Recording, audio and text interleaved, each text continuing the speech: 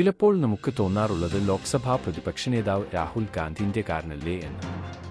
പലപ്പോഴും രാഹുൽ ഗാന്ധി പാകിസ്ഥാന്റെയും ചൈനയുടെയും നാവായിട്ടാണ് തോന്നുന്നത്.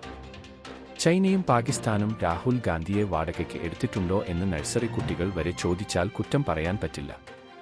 നമ്മുടെ വീരസൈനികർ സിന്ദൂരിലൂടെ പാകിസ്ഥാനെ തകർത്ത് തരിപ്പണം ആക്കിയപ്പോൾ രാഹുലിന് അറിയേണ്ടത് നമ്മുടെ എത്ര പോർവിമാനം പാകിസ്ഥാൻ വെടിവച്ചിട്ടു എന്നാണ്. ഓപ്പറേഷൻ ബന്ദർ എന്ന രഹസ്യനാമത്തിൽ 2019 ഫെബ്രുവരി 26 പാകിസ്ഥാനിലെ ബാലക്കോട്ടിലുള്ള ജെയ്ഷെ മുഹമ്മദിന്റെ ഒരു പരിശീലന ക്യാമ്പിൽ ഇന്ത്യ വ്യോമാക്രമണം നടത്തിയപ്പോഴും രാഹുൽ തെളിവ് ചോദിച്ചു. സത്യത്തിൽ രാഹുൽ ഗാന്ധിയുടെ കൂർ ആരോടാണ്? ഇപ്പോൾ സാക്ഷാൽ സുപ്രീം കോടതി തന്നെ രാഹുൽ ഗാന്ധിയോട് ചോദിച്ചിരുന്നു, നിങ്ങളൊരു യഥാർത്ഥ ഇന്ത്യക്കാരനെങ്കിൽ ഇങ്ങനെയൊന്നും പറയില്ലായിരുന്നു. ഇന്ത്യൻ സൈന്യത്തെക്കുറിച്ച് നടത്തിയ പരാമർശങ്ങളുടെ പേരിൽ സുപ്രീം കോടതിയിൽ നിന്നും രാഹുൽ ഗാന്ധിക്ക് കണക്കിന് കിട്ടി എന്ന് പറയാം. ഭാരത് ജോഡോ യാത്രയ്ക്കിടെ 2000 ചതുരശ്ര കിലോമീറ്റർ ഇന്ത്യൻ ഭൂപ്രദേശം ചൈന അനധികൃതമായി കയ്യേറിയെന്ന് രാഹുൽ ഗാന്ധി പറഞ്ഞിരുന്നു.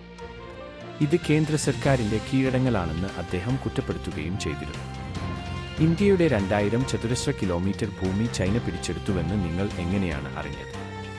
നിങ്ങളൊരു യഥാർത്ഥ ഇന്ത്യക്കാരനാണെങ്കിൽ ഇത്തരം പ്രസ്താവനകൾ നടത്തില്ലായിരുന്നു എന്ന് കോടതി ചോദിച്ചു. നിങ്ങൾ അവിടെയുണ്ടായിരുന്നു. നിങ്ങൾക്ക് വിശ്വസനീയമായ തെളിവുകളുണ്ടോ എന്നും കോടതി രാഹുൽ ഗാന്ധിയോട് ചോദിച്ചു. ഇത്തരം കാര്യങ്ങൾ പറയാൻ കഴിയില്ലെങ്കിൽ പിന്നെങ്ങനെ അദ്ദേഹം പ്രതിപക്ഷ നേതാവാകുമെന്ന് കോടതി ചോദിച്ചിട്ടുണ്ട്. Justice Dipankar Datta, justice AG. Masih എന്നിവരടങ്ങിയ ബെഞ്ച് ശക്തമായി രാഹുൽ ഗാന്ധിയുടെ പരാമർശങ്ങളോട് വിയോജിപ്പ് രേഖപ്പെടുത്തി.